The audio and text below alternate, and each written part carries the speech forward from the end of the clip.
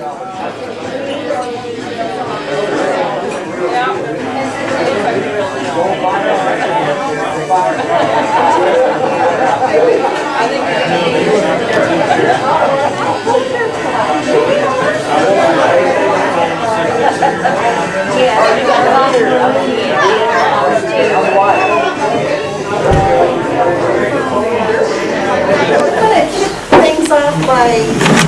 reading to you, because I'm not a public speaker, I'm going to read to you my speech about Barry and let you have a little insight of what it was like to grow up with him.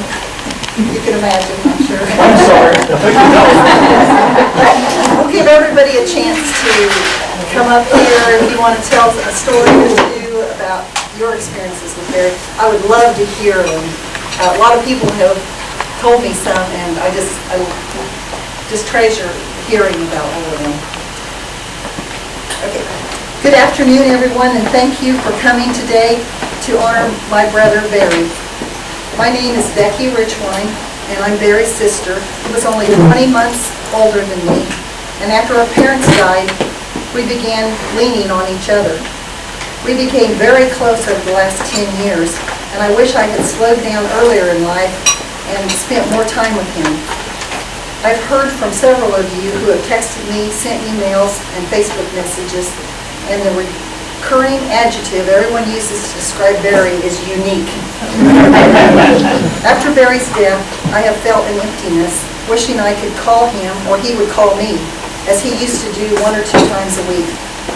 My friend, Mark Peterson, right over here, has helped me tremendously through the grieving process, going with me to Ottawa to pick up Barry's ashes from his son, Brian, and bringing them here to Resthaven, where I placed them in a monolith in Freedom Garden, just yards from our parents' grave. So if you wanted to go over to Freedom Garden while you're here, just right outside of it is this thing that looks like a big rock, and there's like 60 different holes, and he's on the west side at the bottom, and it says Barry Casey, then Barry Wayne Richwine. It has his birth date and his death date on a little medallion, about 8-inch size medallion. I also want to thank Glenn Reeves for taking the photos we both had of Barry and making the video here that you've been watching. Glenn also found sound checks to use and chose the music. It'll make you cry, and it is very representative of Barry's life. If you would like to have the link to the video, what I can do is I can go through the emails that you've left up here and just send you the links. Also, we're recording this, and Glenn's going to make a condensed version of people speaking here, and we'll post that online so you can watch that too if you like. When asked about my brother Barry, I tell people, cats love him. And I think that's the nicest thing that can be said about anyone, as cats have a sixth sense about who can be trusted. They feel in their hearts who loves them, and Barry never met a cat that didn't like him. I was born about 20 months after Barry. One of my earliest memories of Barry is when I was about 4 and he was about 5. Barry would sit with me for hours playing Barbies in our basement playroom. I doubt he was very fond of Ken and Barbie, but he patiently put up with me. My mom would tell me that when I was younger, I would stand up in my crib, throw toys into the room, and he would patiently pick them up and put them back into my crib for me, only to have me throw them out again. That's just the kind of guy he was, even at a young age. When we were elementary school age, we would spend most of our free time playing with kids in the neighborhood, such as Kay and Sid Drennan, and Sabrina and Bobby Fulgrove. This is Bobby. We didn't need organized activities. We played ditch 'em and pick-up baseball games without adult supervision, and camped out in homemade tents in our backyard. In high school, I remember Barry getting his first car. He would wash it in the driveway using a hose attached to an outside spigot. I would sneak down into the basement and shut off the valve that turned water to the house and look out the basement window to see his reaction. I would turn it off and on. The whole while, he would go back and forth to the spigot to see why the water wasn't on. I worked a while until he finally figured out what I was doing. At that point, I was just a pesky little sister. As we got older, he had his set of friends and I had mine. Our paths only crossed if we both happened to be home at the same time. And even then, we probably weren't really interested in what the other was doing. I was into sports, and Barry always told me he didn't have the sports gene. In 1977, I moved from Wichita to Burlington, and we both started families. We didn't see each other or talk a lot, just maybe some on the phone. I guess we were both just busy with our lives. We began to become closer throughout our mother's failing health and death. Being the only one of the 4 kids still living in Wichita, the day-to-day responsibility for caring for her fell directly on Barry, like it or not. I tried to support him as much as I could and made numerous trips to Wichita, but I did nothing to help compared to what Barry took on. Once she died, Barry's phone calls picked up. I can still hear him say when he called, "Is this my sister?" It was a standing joke between us. Barry kept me informed with what he was doing, and I sent him pictures of my triplets and eventually grandkids. He was so proud of all of them, like they were his. He always asked about them when he called. The last trip he made to Burlington was Thanksgiving of 2017. My daughter Erica, she's right over here, just had her first child, Jeremiah, and he came to see everyone. That was rare, as he was very hesitant to travel. Instead, Mark and I would make several trips to Wichita to see him.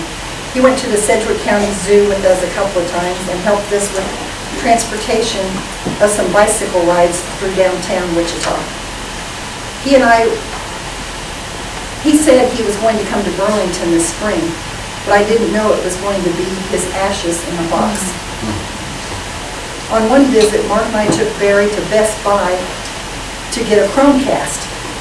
He had never heard of them. Since he had canceled his cable, I told him how he could watch tons of movies and shows from his tablet or phone on his TV. He bought one. We took it back to his house and hooked it up. He was amazed. He called me several times the next week to tell me what apps he had found that would Chromecast. I love getting calls from Barry. He usually had some funny story to tell about things that had happened to him. One story that comes to mind is when he had to call a plumber because things were backing up from his sewer.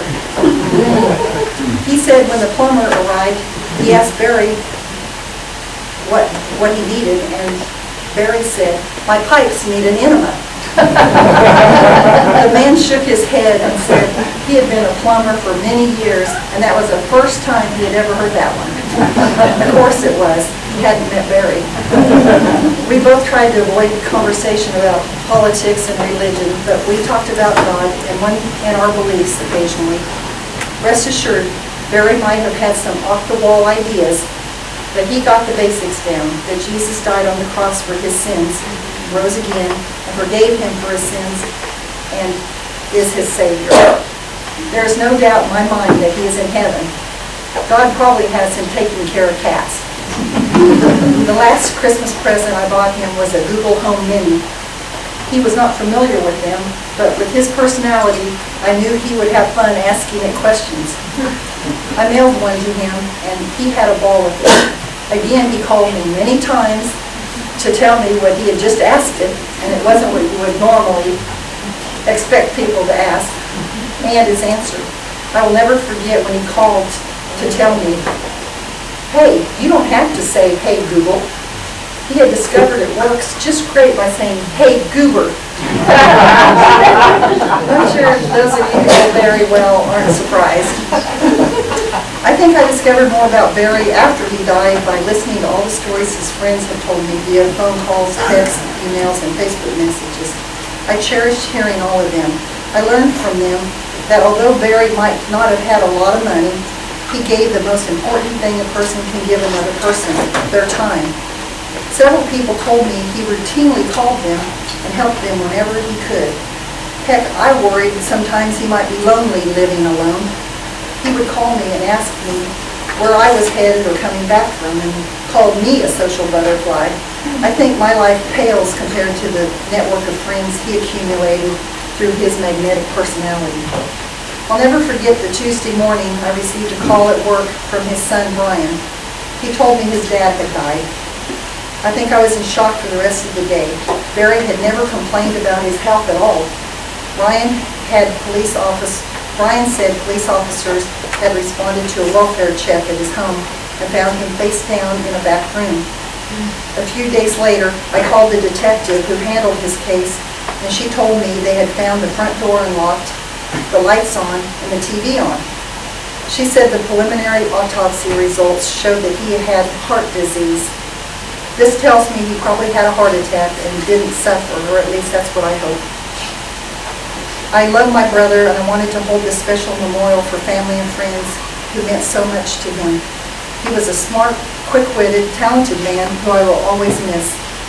He left us much too soon, but he left us with an incredible model of how to live our lives. Thank you again for coming and showing your support.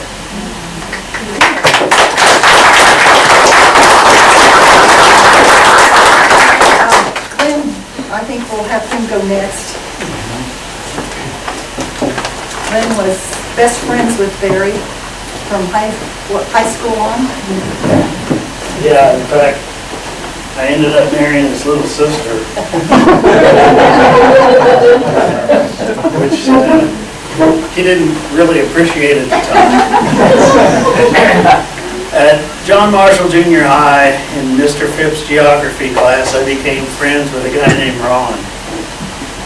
And Ron and I both liked to listen to the radio, and we both liked the Beatles. And eventually Ron introduced me to his friend Barry.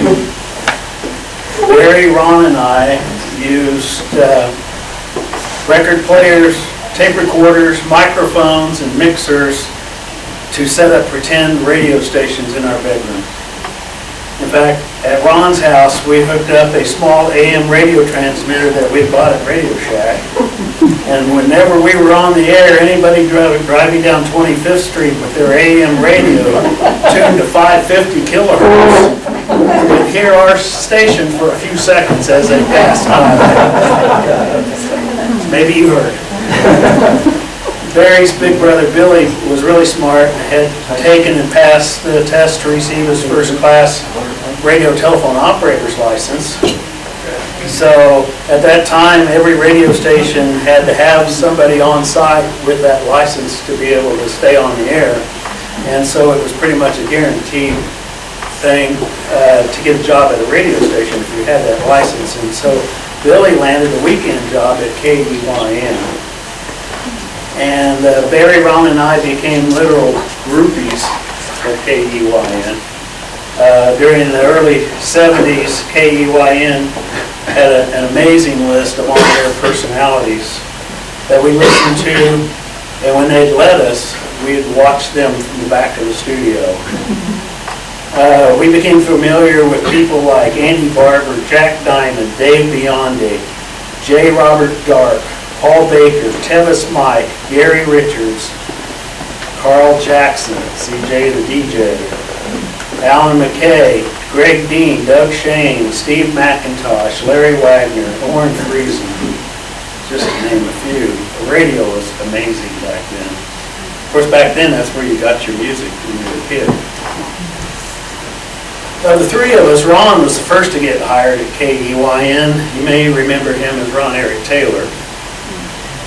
Barry, too, got hired. His on-air name, as you know, was Barry Casey.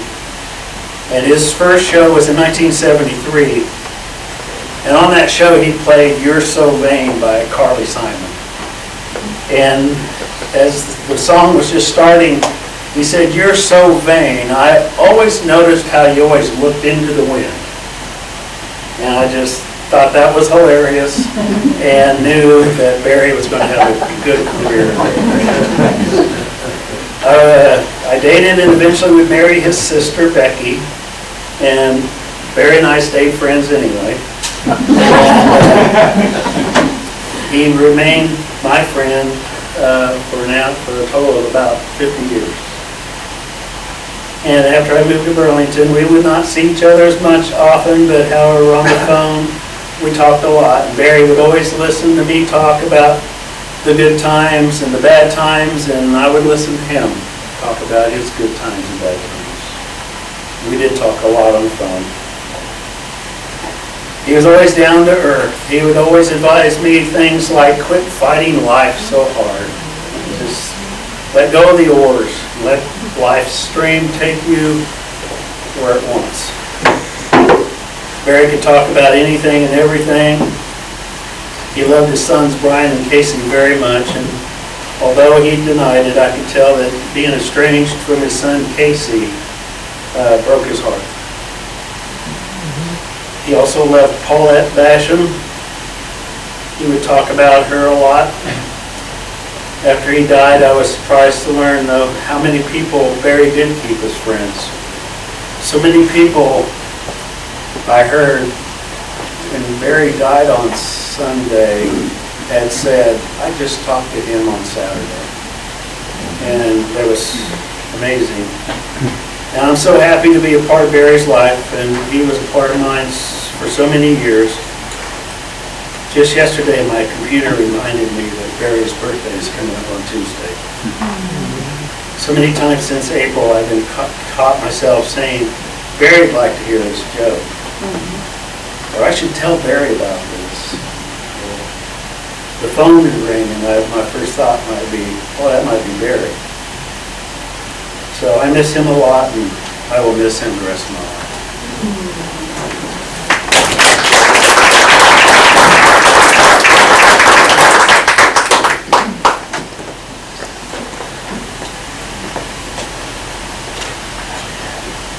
I'll go.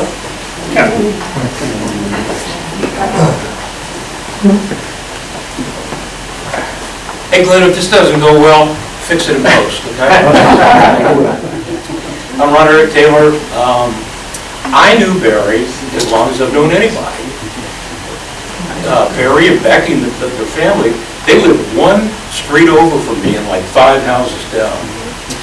And we didn't hang out a lot as kids, but we went to all the same schools, Cloud Elementary and John Marshall and high school. And by the time we got to high school, it turns out, as Glenn pointed out, we all started getting enamored with radio and this magic that was coming out of that building at Central and Boulevard.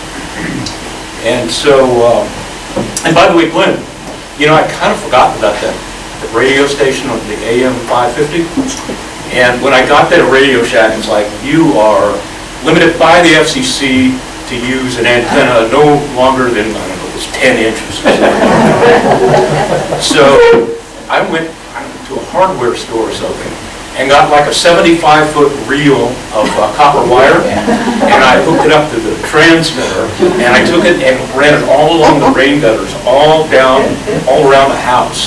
So I was breaking the law. So, but anyway, as Glenn pointed out, you know, I got the radio job, and we were thick as thieves there for a while, and the love of music and the radio and hanging out and all that stuff. But as Glenn pointed out, I got the job, and I thought he was, I got hired in 71, you said 73, I thought he was in much sooner than that, but I guess maybe he was kind of always around. But once we got in there, you know, it wasn't long before I got married, he got married, and Kitty and I moved to Kansas City, and then, you know, but we always stayed in touch. And in my 40 years in radio, I worked with Barry, I worked for Barry, I competed against Barry, and Barry worked for me. So we had every kind of professional kind of relationship that you could imagine. And what Becky said is so right. He does not like to travel. And honestly, I got a few places I like to travel, but if I'm not doing that, I just soon stay home. And I think Barry and I love cats, and we used to love records and stuff, and gear, you know, stereo stuff, and the consoles and all the radio equipment. But Barry never really, in my sphere, he didn't show up in a lot of stuff. He didn't come to the Christmas parties at the station, and I don't know, there wasn't a lot of hanging out by the time we were all grown up. But one thing I do know that is if he could, he'd have made it here today. Because faces, the stories, the memories. He wouldn't have cared about that. The catering? All radio people love free food. Barry lived for the free food. And here's how Barry would have handled this today. He'd have been in here, filled his plate, and been gone 10 minutes before anybody else. And that's how I'd like to remember Barry. Thank you.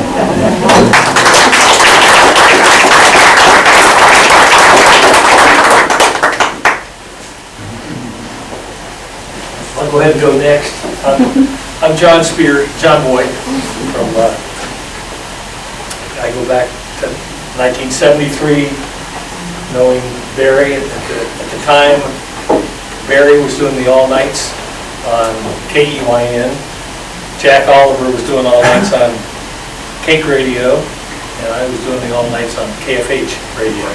And I was always envious that Barry got to be on KEYN because that was the cool station. I was back there with the old lady on the talk show talking about fluoride, and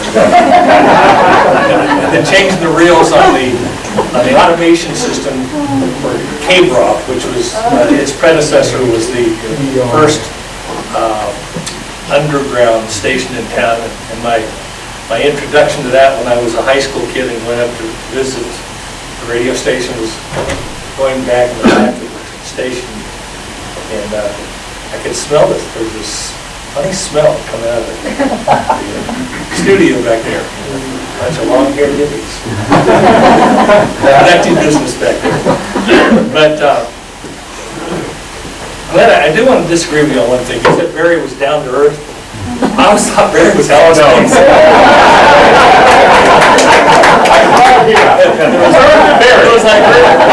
There was Norm and there was Barry. And I loved him for that. Our conversations, and it was. But Barry was a kind person, and I never recall Barry ever saying anything ugly about anybody. I think, Becky, that's something you should remember. Tell him that you love him. But I'm one of those people that just talked to him 3 days before he dies when they found out.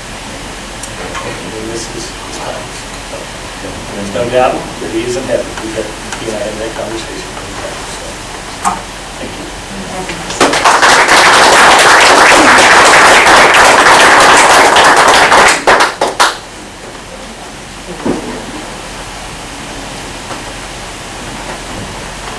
I don't have anything prepared, but I'm Bobby. I grew up across the street from Barry, and we hung out a lot, and I have some really neat memories about him. And I remember that if my mother wouldn't let us go out and play until I cleaned up my room, and I'd go sit in my room bummed out because I couldn't go out and play. And Barry would come over, man, he'd say, "Let's get going, Bobby," and get me all psyched up and help me clean my room so we could go out and play. And he'd get me into that super speed. And I remember I remember he had a radio station out of his basement. I think he was about 11. I don't remember what age, but that was pretty neat. Nobody could do that. And he used to shoot off the Estes rockets. That was a big event. He'd come over and get me, say, "I'm getting ready to shoot off a rocket." And that was something. We played a lot together. We lived on the river, and I used to always try and be in charge, but he would always outsmart me. I remember we played Army one time, and I would say, "This is how we're going to do it," and I'm going to sneak down the trail and sneak up on him. Well, he come from behind and got me from behind. He was always outsmarting me at something. We talked pretty regularly on the phone before he died. I was surprised as anybody else. I just talked to him recently, not too long before that. And we'd go have a cheeseburger sometimes at Wendy's or something that, shoot, I just couldn't believe it when he's gone. But he was a good friend. He was a true blue person, true blue. He wouldn't do anybody wrong. He was a person you could count on. And he was true blue people. That's all I had.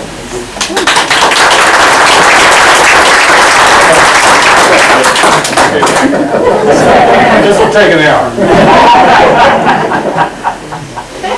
Tell me when we hit 3 minutes. I'm Steve McIntosh. I met Barry. First of all, let me tell you that I worked with Barry at KUYN for a number of years, and then at KXLK and KFH, and got to know him pretty well. Later in life, he lived pretty much in our neighborhood. He liked to drop by every now and then when I was out in the front yard with my rat terrier, Lucky. He'd stop and play with Lucky, and we'd just we would talk a little bit. And there are so many stories about the old days of KUYN when we had the old house on West Central. I won't even go into any of them, but you've seen WKRP in Cincinnati, and that didn't even scratch the surface. There was a lot of weird stuff going in there. And I just wanted to share a quick memory of when I got to KUYN, my second job in radio. I worked in my first job for 6 months. It took me that long to figure out I wasn't any good. And I started at KUYN with Bob Freeman, Rob Ted, and Gary Dick and these guys. And I was 20 years old, had a wife, and a child on the way, and I thought I was pretty mature. So I go in there and I see these little high school weasels running around. Like, well, and Barry's older brother, who went Steve Carey on there. The guy was like 6'9", and had dark hair, and I always remember talking with him and Barry. It was very, very similar because I would stand and talk to those guys, and I didn't understand a damn word they said. I mean, they were running completely different planes. Jackson been talking about it, and Jack Oliver, and we knew Barry I knew him for 50 years, and he was a terrific guy, terrific character, fun to be around, and nothing but good memories. Just a great guy.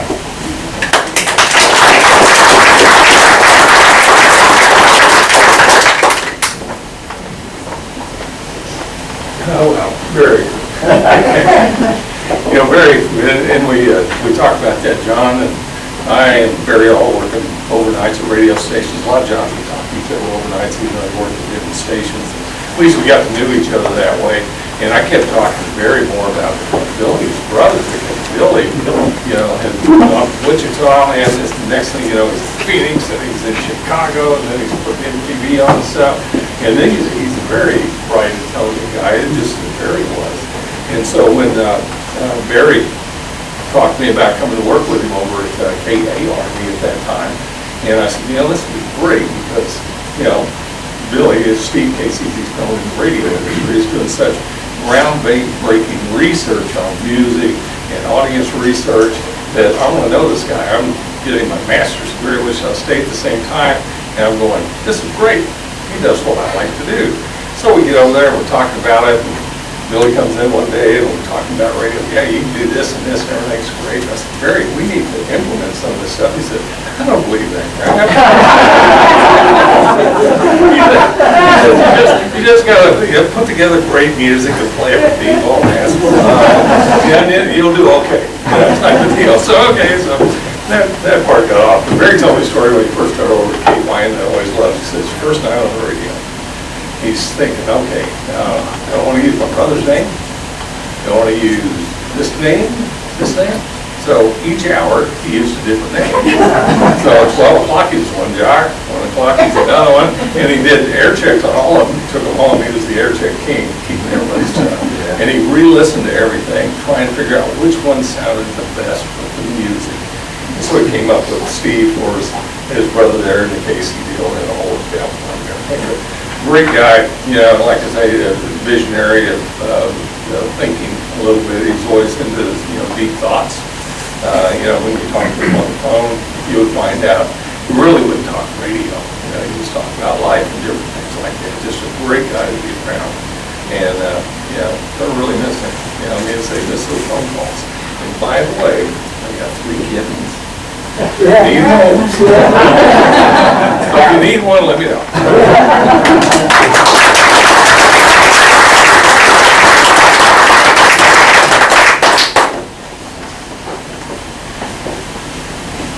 Okay, I've been in Wichita 37 years. I'm Rob Freeman, and I grew up in Barry in the White House on West Central. I worked there in '71, and Ron was already there.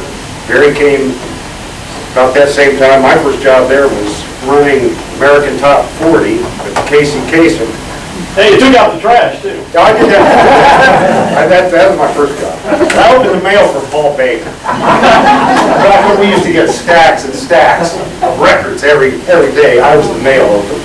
That was my first job. But anyway, Barry was basic Barry. He was basic. And we got along real well. And when we both got out of high school, finally, we were still working at the radio station. And we got an apartment at Woodbridge Apartments over 13th and wherever it was, over by Cape TV. And Barry liked shooting bottle rockets off the balcony. And we got away with it several times. But anyway, he was a great guy. Didn't get to work with him much after that, but we stayed in touch on Facebook. He gave me a like on a picture. They pulled it out. And couldn't believe it. But, anyway, miss him a lot, and good guy. All the way around.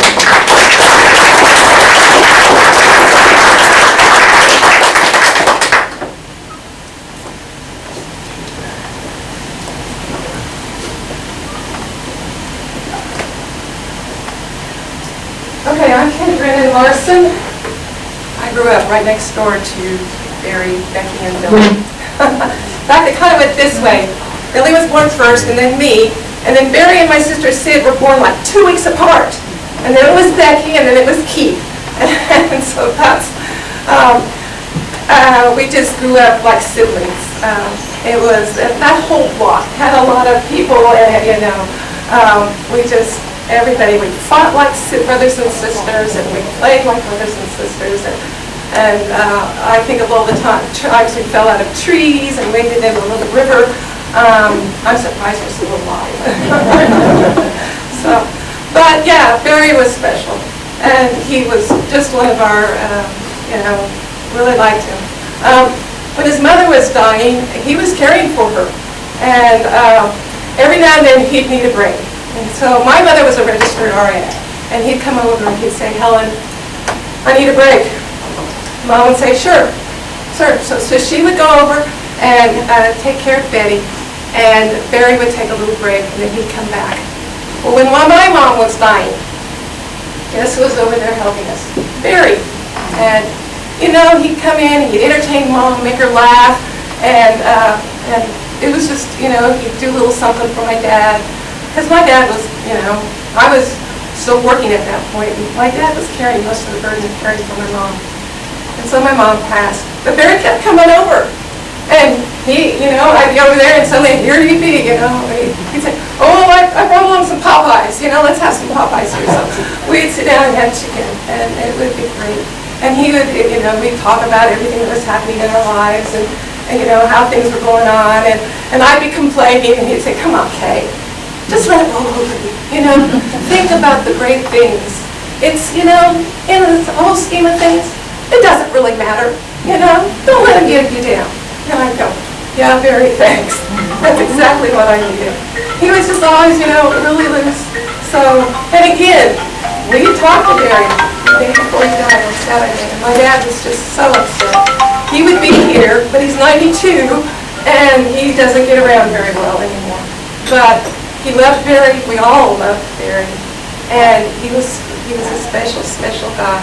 My sister in Florida was so upset. She says, "I can't come back. I want to come back so bad." And my brother Keith, who lives here in town, can't come. His wife is one of those people that if she gets COVID-19, she's dead. She has a lot of health problems. But otherwise, they all be here because Barry was a brother, and Becky, our sister, and Billy, another brother. They were just part of our family, and we're going to hold you guys in our hearts for the rest of our lives. I know that. So we miss Barry. We really do.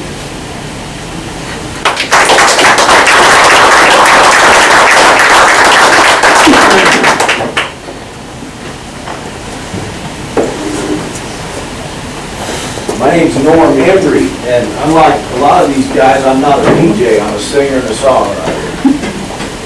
And I met Barry in 1974. Our connection was Pat Clark, a guy named Pat Dundas from 1969, class of 69 Valley Center. Pat and I have been friends for quite a few years, and introduced me to Barry. Barry, 1974. And I guess they were all working at KUYN and also the people you all talked about. And to me, he talked about you guys all the time when we were on the phone. Mentioned you, Jack, all the time. Mentioned John, Steve, all of you. You know, the whole history of where you've been in radio in Wichita. It's really cool. Love it. You know, we listen to you guys all the time. And some of you we still do. And in the month of April, we lost Don Hall, Pat Clark, and Barry. Barry and Pat Clark were best friends to the end. And we didn't even know Pat Clark was sick. They didn't tell us. His wife did not tell us he had terminal cancer. And we found out on Facebook that he died. Yeah, that's how we found out. And then, you know, we're shocked. And then that was April 5th. And then the next thing that happens is Barry. You know, it's too much. You know, and Don Hall happened the day after we heard about Barry. There's a lot to deal with, you know. But we were great friends, and you know, he's a techie guy, and I had recording studios, and he had his radio studios, and we compared equipment, this, that, and the other, had fun with that. But we were also goofy, really goofy. And when Pat Clark would come to town, we all got together. And I remember one occasion when I just started dating my wife, which that would be 21 years ago. And Dundas was coming to town, and they said, we're all getting together tonight at Merle's. I said, oh my God. I told my wife, I said, you don't know my friends very well. We hadn't been dating very long. And I said, my friends are nuts. You will not know what to expect. They will do things to you that you will not believe. And they might even convince you that it's true. Dundas Clark talked us into drinking something called rattlesnakes. It was Crown Royal and peppermint schnapps. But we were just barely young enough then, except my wife, to be able to do that. But we got pretty tore up. I went to the bathroom, I came back, and like I said, my wife is shy, and she didn't know any of these people, first time she'd met them. And I sat down and she said, I gotta tell you something. I said, what? She says, they said, they were kind of talking about you when you were in the bathroom. I said, yeah. What they say? They said, well, Pat Clark and Barry Casey said that you used to date men. I said, really? She said, yeah, they said that was before the sex change. That's gooder, ain't it?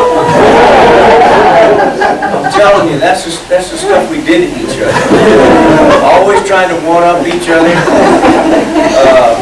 Barry and I talked once or twice a week. When your mom was terminal, we talked every day. Tried to help him through it. I went through it. I took care of my mom. John Spear took care of his. That kind of thing. I love Barry. My wife loved Barry. He's a special guy. And just one other thing I want to tell you before I shut up is don't ever go to a lunch with a bunch of these DJs. Because they never pull their wallet out.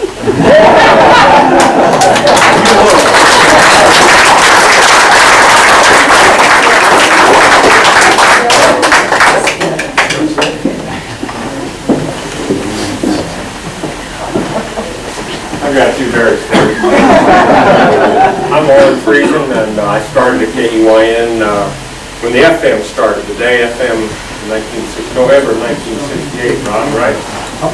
And as a newsman for J. Robert Dark, and I was there until I graduated from WSU in '69, and then went to Nebraska for a few months, and came back, and there wasn't a room for me at KUYN at the time, so I went to work for Channel 3, but I used to hang out at KUYN all the time, and we were in the old building there on West Central. And I don't remember when Barry came. I remember when his brother Steve came first and got to know him, and then when Barry came, and I don't remember specifically about that. I remember a lot of times when Ron Eric first came. I remember when Roger Mundy first came, and different people. But Barry used to like to do stuff, hang out in the basement there. We had the production room in the basement of that old wooden house out there. And so we would go down there, and sometimes, I think J. Robert Garth was the music director, but we kind of go through the new records and stuff, and we're looking at the record one day, and Barry's, he gets this 45, this group we'd never even heard of before, and there's a song called Take It Easy, and he said, look at this record, and well, what it was, the Eagles, but the lettering on the print didn't show through, so I said, who in the heck are the Fagles? And Barry's never let me forget it. Every time, all these years later, every time I see him, he says, hey Warren, how are the Fagles? So, and I think it was Barry, back in the, it was real, when we tried to break records, and you try to be the first one, especially in town, you got KLEO across town, and then KFH-FM came along, Channel 97, and we're trying to do all this competition there. And the big deal was, when Beatles records came out, right, Ron Kitty? You know that. Beatles records were the hot thing, so you always wanted to be the first one to play a Beatles song on the radio. Well, the problem was, KUIN was out on West Central, KFH was downtown, so KFH got their mail in the morning, KUIN didn't get until the afternoon. Well, back then, they mailed out the records, and so they came in that day. Now, I think it was Barry, I don't think it was, when we were down in the basement, do you remember this story? Well, anyway, KFH got the record first. It's like the Beatles' White Album, I think is what it was. And so they would get the song, they would put it on the air. I think it was Barry and I were down there. We would tape it. We would put it on the air. And right away, we'd run it up in the control room. Just a matter of minutes after KFH played song. And I don't know if you were involved in that or not. I think it was Barry and me that were the ones that were doing that. Anyway, we talk on. I want to get Scott Piper up here because Scott was telling a story at John Wright. We had a little thing for him the other day because John lost his son and his father, and he was telling me a good. This is Scott Piper. Well, we were just talking about this get together coming up, and we'll be out there. Yes. I said I just remember time, and I was the production manager for years and years at KFBI and that group of stations when Barry was on 104.5 Fox. So that was the period of time we worked together.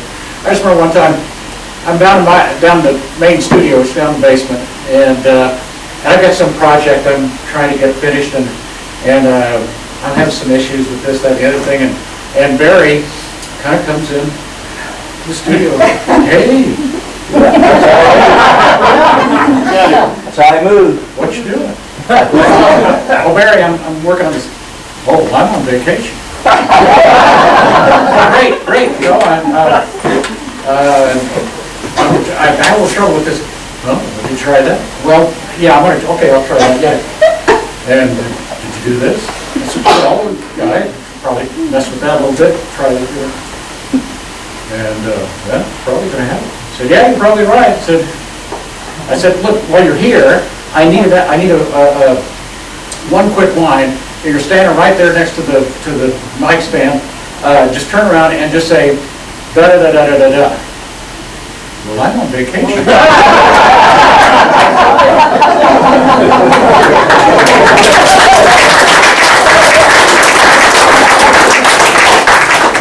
I'm R.D. Wood, and I'm not KUIN. And I did listen to you guys all the time and still do.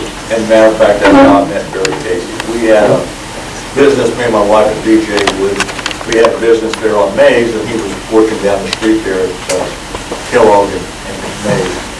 So we'd come in and work on his car and have to go to run, and he said, Barry Casey. I go, hey, that name sounds familiar. He said, do you listen to the radio? I said, yeah, I listen to KUIN. That's me. But anyway, me and my wife introduced him to Paulette, and we met back in 95, 96. He becomes part of the family, over the parties, 4th of July parties and whatnot. And Paulette called my wife up on Monday and said, hey, I haven't talked to Barry since Sunday. Now, it's not like Barry. We talk a couple times a day, Facebook and text and what have you. But she said, can you have R.D. drive by his house and check on him? So I went by that Tuesday morning, and and Barry was deceased. So I called 911, and got the police out there.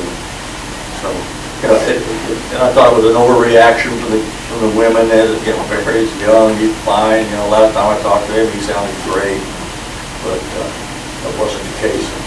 And like John said, Barry was a gentle soul, he really was. I don't know how he was as a brother, I don't know how he was as a dad or a husband, but he really, I've never seen very angry, mad. He was just a good person and had a great attitude. And my grandson, one day, hit me up when he was like 6, 7 years old. He asked me if I knew General Grievous, which is a Star Wars. And I said, no, I don't know General Grievous. I said, but I do know Darth Vader. And he said, did you ever talk to him? And I said, yeah, I was talking all the time when he was within cell range. So Halloween was coming up, and I called Barry up, and I said, hey, bub, I said, can you do me a favor? Since he stands like 6'5". He goes, yeah. I said, what do you need?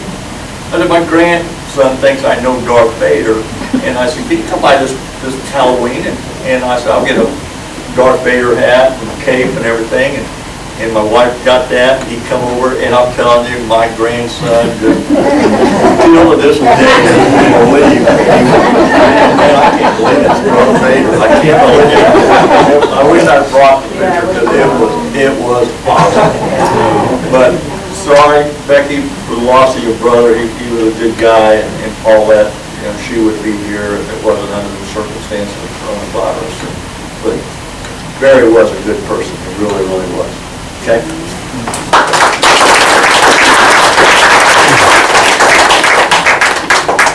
My name is Greg Gaines, and I've known Barry since the early 70s. Barry, he was a year ahead of me in high school. He went to West, he went to North, and I was one of those kids that wanted to be in radio really bad, so I hung out at any radio station that would let me near them. A lot of times just looking in through the window, but Barry was always friendly. I remember his 68 Mustang convertible, somebody fire extinguished her, and he was so mad about that. And I told him that I knew that story. He goes, you knew that? I said, oh yeah, people talk about that. And, I worked at T95, and he would call me every now and then and talk music. And then he'd get off the phone and he goes, I know you're busy. And we kind of lost touch with each other, and I was out of radio, working at a clothing store in Town West, and his second wife, Dana, who I knew from the old Pogo's days, she was a friend, and she came in and said, why are you here? And I said, well, it's my job. And she said, well, Barry's putting a station together. It's a brand new station. It's the last Class C FM in Wichita. He says, you need to be a part of this. And so I called Barry, and I met him at his house at 37th and Arkansas, the old Eaker's house. And it was the same guy I knew from the very first day I met him to the very last phone call I had with him. You never knew what Barry was going to say, but he always took you on a journey, and it made you think differently. And I never regretted any of those calls. I worked with him for 9 years at KXLK, and when he left, I stayed with the company, and then I left, and he would call me and say, don't you want to come back? And I go, not really. And I was in the last year of my bachelor's degree, and I really needed a job that would let me work, I could work part-time and have full-time wages. And he said, well, we need an afternoon guy on Star 104.5. And I said, well, can we work this out? And I said, can I only work 4 hours and get full-time pay? And he goes, yeah, we can do that. So I went back to work in radio and finished my college degree working for Barry, and actually got to work for Great Empire at the time. And we would have such long conversations on the back deck, and I would try to talk Barry out of smoking. He was smoking then, and he was into tea tree oil and all kinds of other health things. And I told him, I said, Barry, I'm only here until I finish my degree. And he goes, okay, that's fine. The company sold, and I think Ron was there, and I gave my notice, and Barry called me. I went to work for the county 22 years ago, and I'm still there, and Barry would call me every week of my new career, my dream job in computer science, and he would say, well, you ready to come back? Barry, no. I see my paycheck. And he would do that. He would call me, and for the first, I think, 90 days, and he finally just said, well, I can tell you're happy. And Barry remained a lifelong friend. I talked to him just a handful of days before he passed, and it's not real to me. I don't think it ever will be. I can hear his voice. I think about all the times we were at KXLK, and he was frustrated by corporate management, and he knew they were listening. He knew they were always listening, so we had Larry Wagner put in a little light on the rack behind that would glow red whenever somebody was on the listen line. And so we were supposed to call Barry and say, we're on the listen line. He goes, okay, here's what we're going to do. And we would stage things just for corporate. You know, he had so much fun, and he was such a great guy. And it broke my heart when Wolfie passed, his cat, because that cat meant everything to Barry. I never knew him to speak ill of people. I knew him to be frustrated at times, but when you talk it out with him, it was okay. He was all right.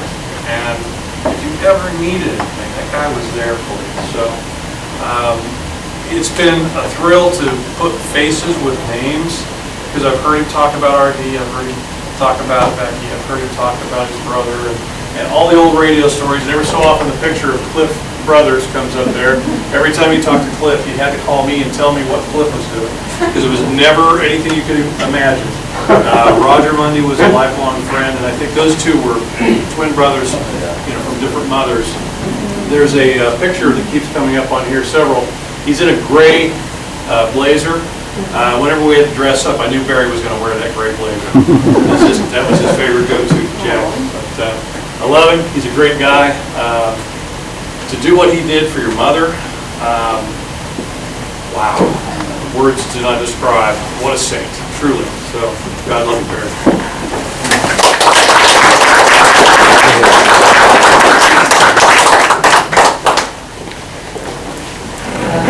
Val Howard, and I'm not a radio person. I'm a person with a real job. I used to tell Barry that, Barry, I have a real job. He called me at work, and I say, Barry, I gotta get off the phone. I have a real job. Anyway, I met Barry back in, I think it was '98, on a blind date. We were set up by Roger Dickel, and I don't see Roger here. And Roger worked with me at the state of Kansas. So anyway, that's how I met Barry. My kids really liked Barry, and I know somebody said that he didn't like sports, but I had a son that played basketball for Derby, and he would go to games with me. And one day my son Brent said, I wish Barry was my natural father. And I said, why? He goes, because I'd be taller.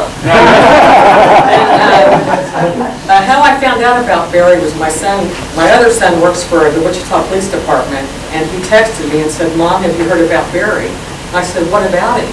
He goes, Mommy died. And I go, no. I said, what happened? And he goes, well, the paperwork came across my desk. He goes, and I saw his name, and I thought, oh my goodness. So I didn't know. So then I got on Facebook and found out that he had a heart attack and what had happened. My last time I talked to him was March 11th, so I was really shocked. We talked about things like being older and, are you on drugs, Barry? What drugs are you on? He said nothing. He goes, I just have glaucoma, so I have drops for my eyes. So I was really shocked, because I didn't have any clue that he had any kind of problem. Barry also helped me take my son to K-State. I remember that. When he went to K-State, we took him up to the dorm, and Barry went with me, and that was really nice. Barry helped me move. I don't know how I would have ever moved without him. He hooked up my dryer. He just was a nice, very nice guy. And I'm going to always miss him. And I know you guys will too. He's just a great guy. Thanks.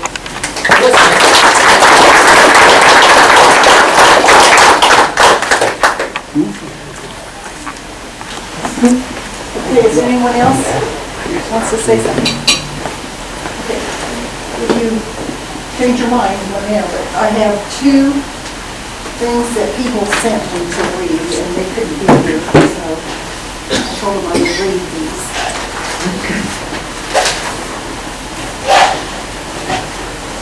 This first one is from Paulette. It's a very good friend of Barry's.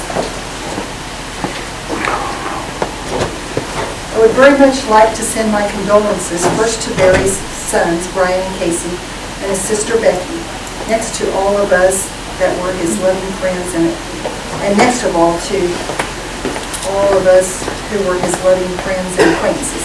I am very sorry that I cannot be at this event today. Due to the virus, I was unable to come. And I believe she lives in North Carolina, is that right? I was introduced to Barry by my dearest friends, R.D. and B.J. Wood. We met for the first time in a parking lot getting ready to go into the Outback Steakhouse. The first time I saw him loping across the parking lot in his tall state, it was his eyes that caught my fancy. Next was his smile, very kind and very loving, and you can tell from the very start. After we each went our own way after dinner, which was very nice, he called me later in the evening and we talked for hours, not surprising as we all know. After that, we became very close. We shared many plans, many goals, and many, many thoughts over the years with each other. We leaned on each other when we felt we had no one else.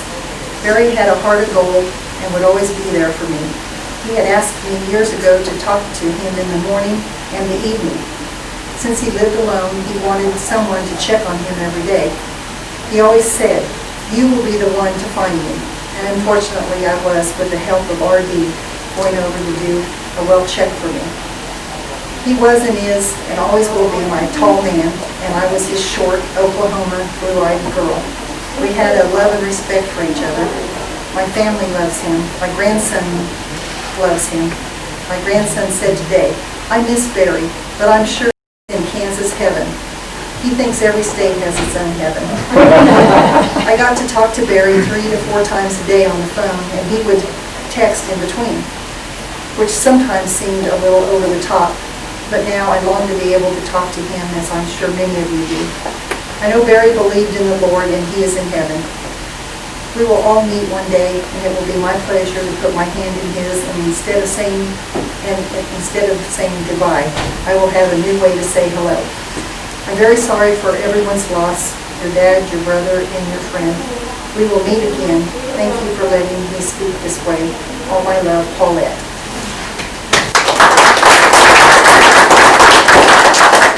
And this is from Christine Neal. She sent me this via email. I first met Barry in 1980. I was a UPS delivery driver for the KKRD, probably KARD at that time, where he worked. The first thing I noticed was his incredible height. He was tall and lean, at least 6 foot 10 inches. I don't really know his actual height. He had $1 million smile. It was as wide as the horizon, and it brightened up everything and everyone in the vicinity. He had these big, brown, puppy dog eyes. His whole image overall brought to mind a Great Dane. Every time I looked at him, I thought of his likeness of that type of dog. He was a great guy. The thing that I had heard about Great Danes is that their lifespan is shorter than that of other dogs. Due to their great size, it is more taxing to their hearts to pump blood far enough to circulate to all parts of bodies. I have no idea if this is true, but that is what I always think of when I see a Great Dane. I haven't known too many of them, but overall, they are very sweet and sometimes even timid dogs. Of course, if you are outside their fence and trying to make a delivery at another owner's house, they can seem very intimidating indeed. But once you get to know them, they are very loving and even shy. Barry was somewhat of a philosopher. Somewhat. Actually, I didn't always understand a lot of what he talked about. But he was very interesting and challenged me to think about the world in new ways. My mind works in more logical ways, and philosophy does not come naturally to me.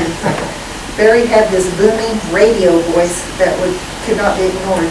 He didn't use it in everyday exchanges for the most part, just when he wanted to get your attention. While I was on the radio station route, we remained in contact. Another fellow at the station was a guy that went to my high school, Jack Oliver. He was a couple of years ahead of me in school, and he and Barry were good friends. When I bid on a route across town, we stayed in touch for a while, but gradually it became less and less. He moved on to another station, I went into management, and we eventually lost touch. Fast forward about 20 years or so, and I found Barry again on Facebook. We touched base, but mostly read each other's posts and liked or shared. It was nice to reconnect with an old friend. One day I commented on a post of Barry's. He sent me a private message with his phone number and asked me to call. A few days later I called him. We chatted and caught up, talking about our kids and what we had been up to. During the conversation, Barry got off on some of his philosophical ideas. We shared some ideas, and among other things, he told me about a writer named Emmett Fox. He said that Mr. Fox had written a little book called The Golden Key. I actually looked it up on Amazon. It was very inexpensive, so I ordered 2 of them. Barry swore that if everyone used this book's philosophy, the world would have no problems. I have since ordered other books by Emmett Fox and find him a very logical thinker who focuses on God but is not preachy. A couple of weeks went by and someone sent me a newspaper article via personal messaging on Facebook. It was a newspaper article about Barry Case's death. It said that it was from natural causes and that he had died in his sleep, which I don't think that's true. I went to his timeline, and his last post had been around 2 p.m. the day he died. I messaged my friend Jack asking what was up, because I had just talked to Barry about, after 20 some odd years. He told me that he had been talking to all of his old friends over the last 2 or 3 weeks. Barry had been very upbeat during our conversation. After such a long time, perhaps I should have been a better friend and asked about his health. Perhaps he had been noticing physical symptoms that made him wonder if his time was growing short. Maybe the Great Dane heart that he had just got tired of pumping so hard every day for all those years. Maybe he wanted to share some of his knowledge while he still had the chance. That is why I decided to share the title of this little book with you. I hope you find it useful. Okay, that's called The Golden Key by Emmett Fox.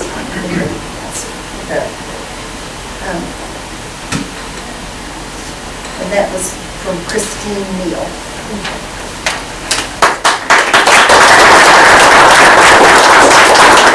Is there anyone else who would like to come up and say anything? Please eat some more of this food, but I don't want to take it home.